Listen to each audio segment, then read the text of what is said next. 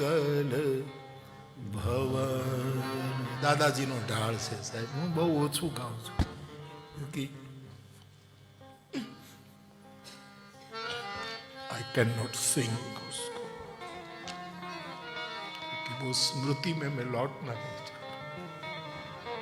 ये जो स्वर्ग द्वार था दादा का, जो कंठ, उसमें यही एक राग में चौपाया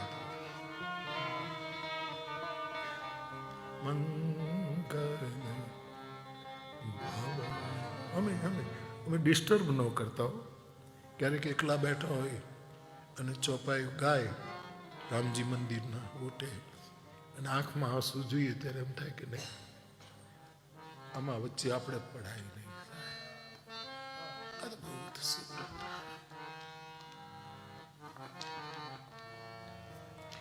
મંગલ ભવન